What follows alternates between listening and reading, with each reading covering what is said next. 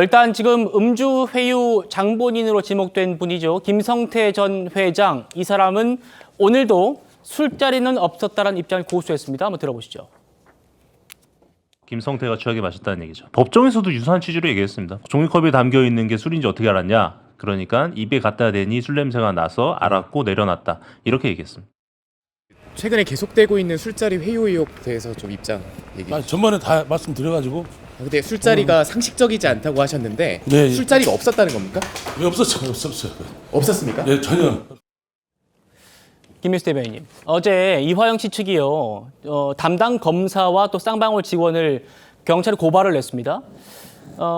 정작 술을 사오라고 주문을 했고 또 직접 술도 마셨고 회유도 했다는 방금 보신 김성태 전 회장은 지금 모든 사실관계를 부인하고 있어서인지 고발 대상에서 뺐어요. 이분이 지금 제일 핵심적인 인물인데 김성태는 빼고 검사들을 넣는다. 어떻게 좀 판단하십니까? 지금 저 고발한 게 지금 형집행법 금지예요. 근데 형집행법 금지라고 하는 것이 교정시설 내에 술을 반입했다. 그래서 고발한다예요. 네. 그러니까 고발 내용이 이게 답니다. 그러면 지금 이화영 지금 전 지사가 이때까지 주장했던 것과도 일맥상통하지가 않죠. 이 안에서 회유를 했기 때문에 고발한다. 협박이 있었기 때문에 고발한다.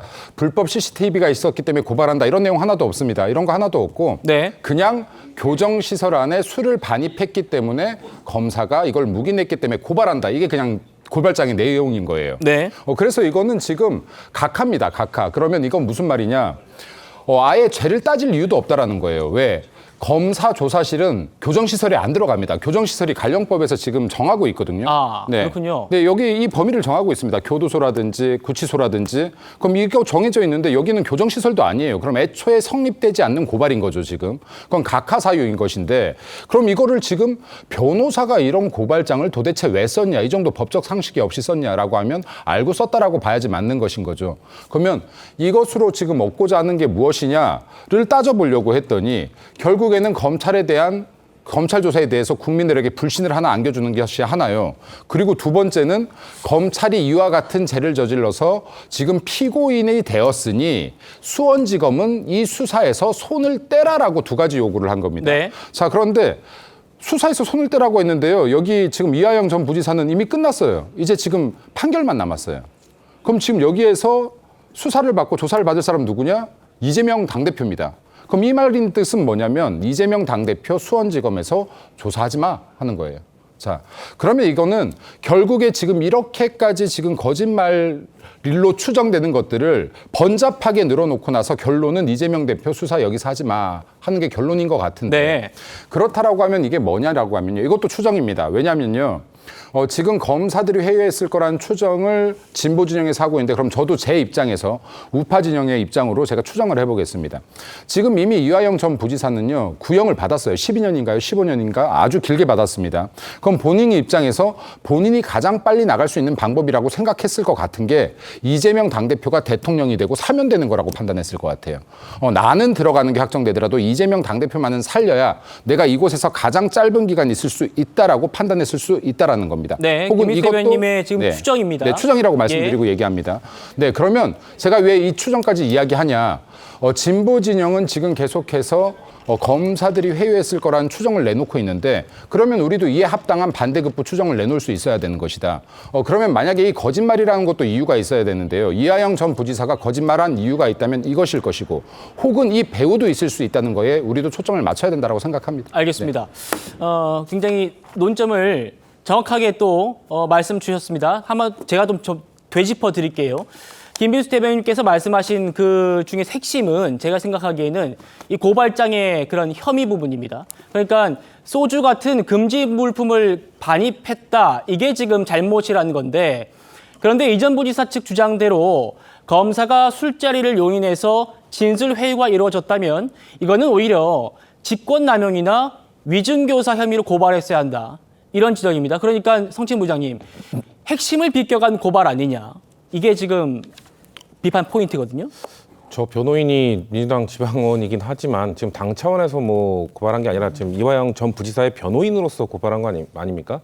그렇기 때문에 저는 솔직히 저 고발 내용이 솔직히 이해는 되지 않습니다. 네. 설득력이 떨어지고요. 저는 아까 말씀하신 것처럼 뭐 이거 정쟁으로 몰고 가기 위해서 뭐 그리고 수원지검은 손을 떼라 이런 메시지를 전하기 위해서 그랬을까? 전 그러기에는 너무 메시지가 부족하지 않나라는 판단을 합니다. 왜냐면 네. 지금 방금 우리가 이 시사 프로에서 바로 짚을 수 있을 정도의 허술한 고발장 아닙니까? 그 정도라면 국민들께서도 이해할 겁니다. 국민들도 충분히 인지할 거고 이 지금 이화영 전 부지사 측에서 뭔가 무리한 고발을 했구나. 이거 전 이 정도 수준이라면 충분히 국민들께서 이해하실 수 있다고 생각하거든요. 네. 대체 왜 이런 고발을 하는가? 저는 글쎄요, 그 목적성이 있다기보다는 전 지금까지의 그 이화영 전 부지사의 지금 변호인 저분 이런 평가를 해서 좀 죄송합니다만 변호인으로서의 실력이 부족한 게 아닌가라는 말씀을 드릴 수밖에 없을 것 같습니다. 예. 차재현 교수님. 네. 지금 여러 가지로 고발장에 허점이 많다는 거예요. 이게 의도한 건지 정말 모르고 한 건지는 모르겠습니다만 이 고발장에 전혀 뭐 예를 들어서 검찰청에 줄을 반입했다는 게 적용이 안 되는 교정시설이라는 네. 그 법률을 갖다 드린다든지 그리고 이 고발장에는 또 술자리가 있었던 날짜도 바뀌었습니다. 네. 그동안은 2023년 6월 말에서 7월 초에 이 술자리가 있었다라고 주장을 해왔는데 이 고발장엔 또 작년 5월에서 6월 사이로 바뀌었어요. 네. 이런 허점들 어떻게 바라보십니까? 사실은 있잖아요. 사실 이 문제가 상당히 그러니까 제1야당이 발끈할 정도로 대응을 했던 이유는 이재명 대표의 사후 리스크라는 측면도 있지만 제가 생각했을 때는 그런 측면이 있어요. 그러니까 검찰이 그러니까 주요 피고인을 해외에서 진술을 조작한다? 이거는 정말 민주국가, 법치국가에 있을 수는 없는 일이잖아요. 네. 이런 부분들에 대한 상당히 사안의 엄중성 때문에 저는 발끈했다고 저는 나름대로 판단했고 또 특히 그 지금 그러니까 이 진술 조작 해유의 결과가 어떤 식으로 결과가 되느냐. 제1야당의 이 대표의 정치적 생명을 끝장내는 쪽으로 간다. 이런 상황이라고 한다면 이거는 더 민주주의 근간을 흔드는 측면이잖아요. 네. 그런 측면에서 사실은 모든 언론들 그리고 여론들이 상당히 주목했던 사안인데 느닷없이 갑자기 술을 반입한 그 문제, 그래가지고 술자리를 한 문제를 삼는다?